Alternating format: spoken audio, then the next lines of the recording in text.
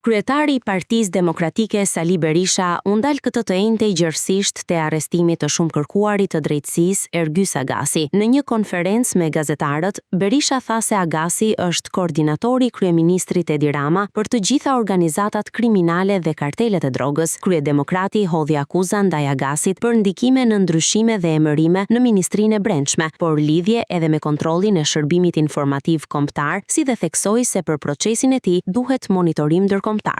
Ajo çka Partia Demokratike kërkon i bën thirrje Europolit, Eurojustit, vendeve partner të monitorojnë me seriozitetin më të madh këtë proces.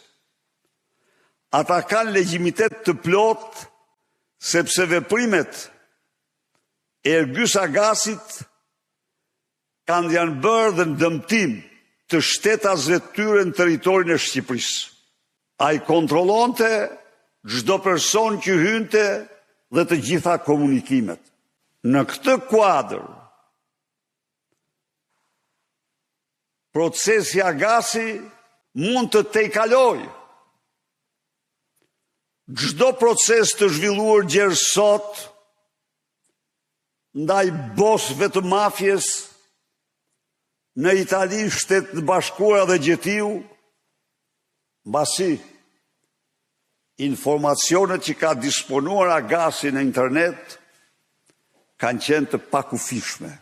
Mëtej Berisha zbuloi një takim mes një deputeti dhe të shumë kërkuarit Ergjys Agasi. Pak ditë para arrestimit, Berisha tha në një konferencë me gazetarët se nga të dhënat e përquara përmes Qytetari Digjital është vënë në dijeni se deputeti socialist Tauland Balla është takuar me Agasin në një lokal në qytetin e Elbasanit. Ndër të tjera, Berisha ngriti dyshime se Balla mund të jetë dërguar për negocim në emër të kryeministrit Edi Rama.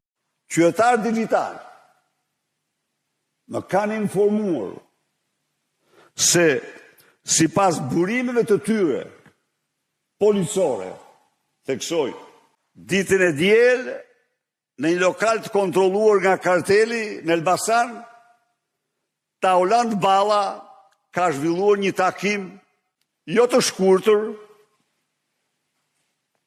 me Ergjys Agasin. Me Ergjys Agasin. Vetë Qytetari Digjital thot që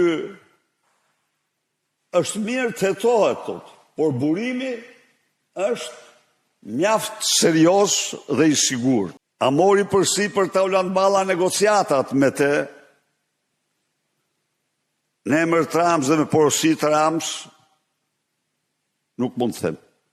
Por Qytetari Digjital thot se është takuar me të. Agasi është pronar i makinave të blinduara, i makinave më luksoze.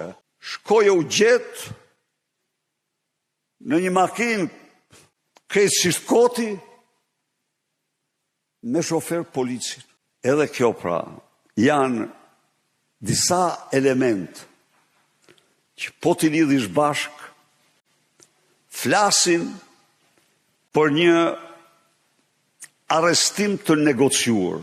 Për sa i përket reformës territoriale, Berisha u shpreh se PD do i përgjigjet bojkotit të njëanshëm që Edi Rama i ka bërë. Ai theksoi se përfaqësuesit e PD-s kanë shkuar në të gjitha dëgjesat publike dhe në të gjitha protestat e organizuara për shkak të reformës.